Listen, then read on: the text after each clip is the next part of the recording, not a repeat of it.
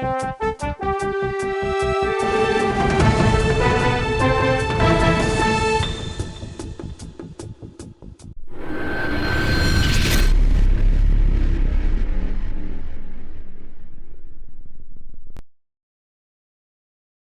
back to the channel, everyone. Today we're diving into a story that's been unfolding in India's northeast. A story of resilience, struggle, and a cry for justice. We're talking about the Manipur conflict, but through the lens of the Kuki people. Who are they? What's their history? Why are they fighting? And why do many believe their demand for a separate administration is legitimate? This is a deep dive into their past, present, and hopes for the future. Stick around for the next 15 minutes as we unpack it all. If you find this interesting, don't forget to like, subscribe, and hit that bell icon. Let's start with the basics. The Kukis are an indigenous tribal group spread across India's northeast. Think Manipur, Nagaland, Assam, and even into Myanmar and Bangladesh. In Manipur, they've lived in the hills for centuries, long before modern borders were drawn. They're predominantly Christian today, but their roots go deep into a tribal way of life tied to the land. Historically, the Kukis weren't just random settlers.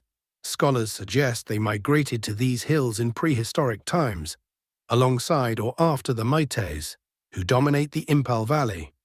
While the Meiteis built a kingdom in the valley, the Kukis thrived in the rugged hills, maintaining their independence and customs.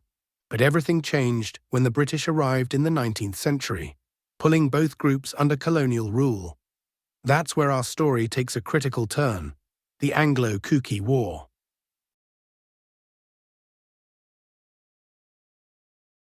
Picture this: it's 1917, World War I is raging, and the British Empire is desperate for soldiers. They turn to the Kuki chiefs in Manipur, demanding men to fight in Europe. But the Kukis said, no way. Why should they die for a foreign power that had already taken their freedom? This sparked the Anglo-Kuki War from 1917 to 1919, a fierce resistance against colonial oppression. The Kukis fought with guerrilla tactics, defending their ancestral lands against British troops armed with modern weapons. It wasn't just a rebellion, it was a war for survival and dignity. After 2 brutal years, the British crushed the uprising, but the Kukis left a mark. Today, memorials like the one in Churachandpur stand as a testament to their courage. For the Kukis, this wasn't a minor uprising, as some call it, but a chapter in India's freedom struggle, often overlooked. And yet, this history of resistance shapes their identity even now. Fast forward to today, and the Kukis are still fighting, not against the British, but for their place in Manipur. See, Manipur is split geographically and socially. The Imperial Valley, home to the majority Meiteis, makes up just 10% of the land, but holds 57% of the population. The hills, where Kukis and Nagas live, cover 90% of the state, but are far less developed. For the Kukis, this isn't just about geography. It's about inequality. The Meiteis, mostly Hindu, dominate politics and the economy. They've had chief ministers since the 1990s, control the state assembly, and get the lion's share of resources. Meanwhile, the Kukis say they're sidelined. Their hill districts lack roads, schools, hospitals. You name it. Jobs and education quotas under their scheduled tribe status help, but they argue it's not enough when the system favors the valley. Then there's land. The hills are protected, meaning only tribals can own land there. But Meitei demands for ST status threaten that, raising fears of land grabs and displacement. Add to that accusations of being illegal immigrants from Myanmar, despite their centuries-old presence, and you see why tensions boil over.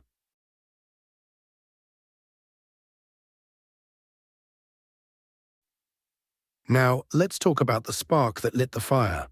May 3, 2023. Violence erupted in Manipur after a Kuki-led protest against a court order recommending ST status for Meiteis. The Kukis feared losing their rights, their land, everything. Things escalated when a Meitei mob burned the Anglo-Kuki War Memorial Gate, a sacred symbol.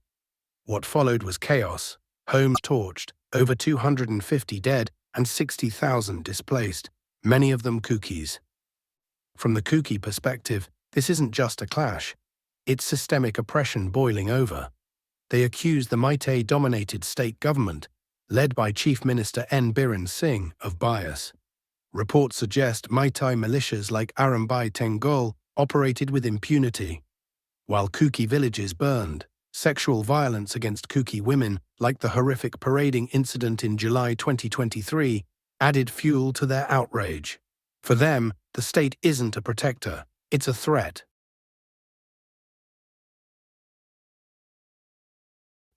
So what do the Kukis want? A separate administration, sometimes called Kukiland, within India's constitution. Why? They say it's the only way to stop the violence and secure their rights. After decades of neglect, political exclusion, and now ethnic targeting, they don't trust the current setup. Their argument is rooted in history and practicality. Before 1949, when Manipur merged with India, the hills and valley were distinct. The Kukis had their own chiefs, their own systems. They see a separate administration as a return to that autonomy, tailored to their needs. Better development, protection of their land, and a voice in governance. It's not about secession, it's about survival. Critics say it'll fragment Manipur further, but Kukis counter that the state's already divided, ethnically, geographically, and emotionally. Without this, they fear more bloodshed. And with radical groups arming up on both sides, time's running out. What's next for the Kukis? Their future hangs in the balance. Peace talks have stalled, and trust between communities is shattered. A separate administration could be a lifeline, giving them control over their destiny while staying part of India. But it'll take political will, dialogue, and addressing root causes like inequality. For the Kukis, this isn't just about land or power, it's about dignity, identity, and a chance to heal. Their history of resistance, from the Anglo-Kuki War to now, shows they won't back down. So is their demand legitimate? Many say yes. It's a practical solution to a deep-rooted crisis. What do you think? Drop your thoughts in the comments below. Thanks for watching.